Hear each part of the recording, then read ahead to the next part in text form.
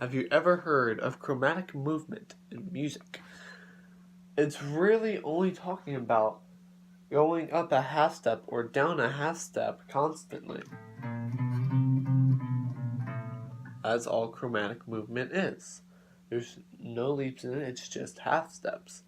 And the chromatic scale is all 12 tones in the scale. So nothing really feels like home and nothing really leads anywhere. So why would we use it? Well, a couple of famous rock people and jazz and blues and R&B have figured out how to use the chromatic scale. And today I'm going to be talking about Jimmy Page and Kashmir, explaining how he used the chromatic scale.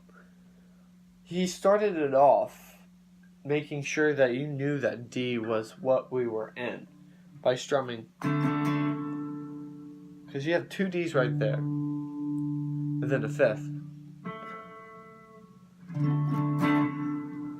And so then you go up, and you have a sixth, making you think, oh, we're in D minor.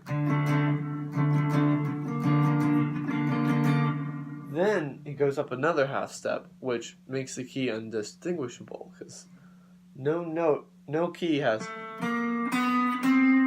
in it, unless you're in the chromatic scale.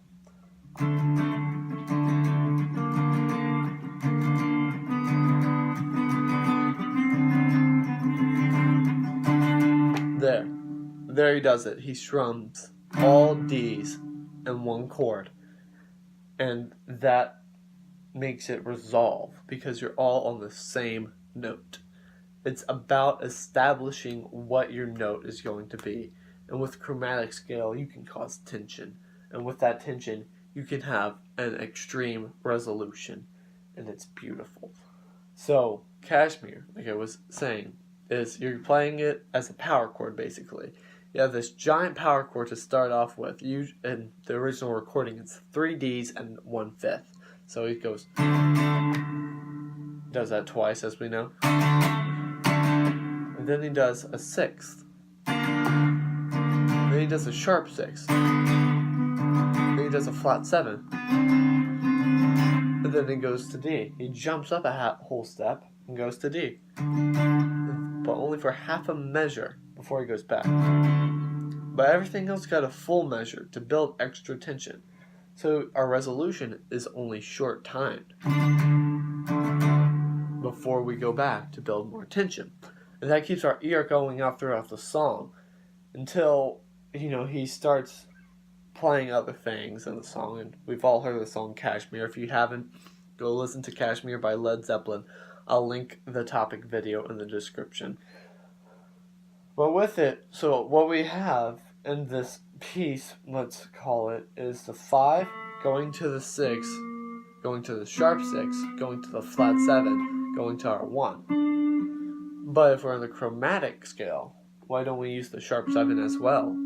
Because if you listen here, what tension will this bring?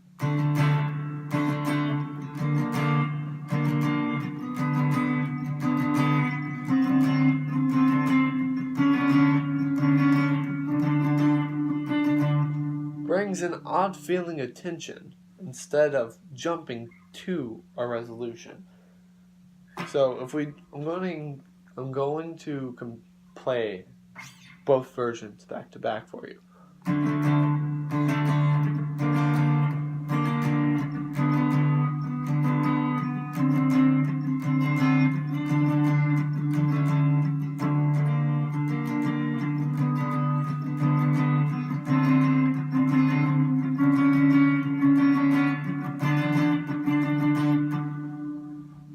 And with the second version, having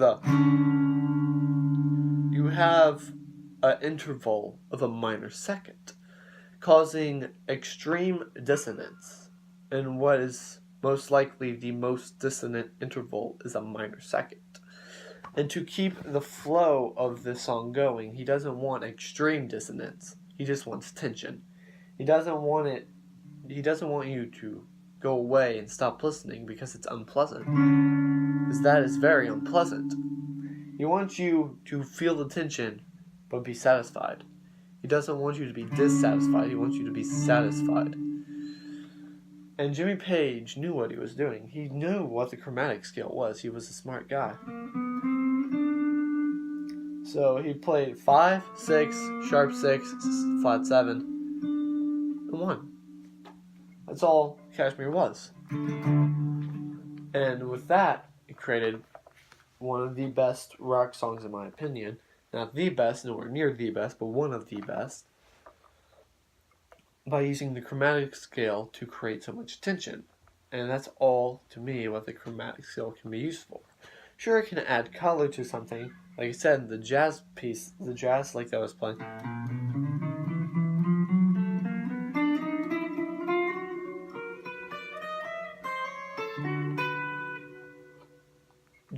That is a jazz lick that's mostly chromatic like. And with that, all that is not building any tension. It's just going higher and higher. There's nothing to resolve. But to end it, we must play something in an actual key to have resolution. So we jump over to E and resolve in B. And so from that tells you the chromatic scale can be used to create tension, but not used for much else. I hope you enjoyed this and tell me I'm a dumbass.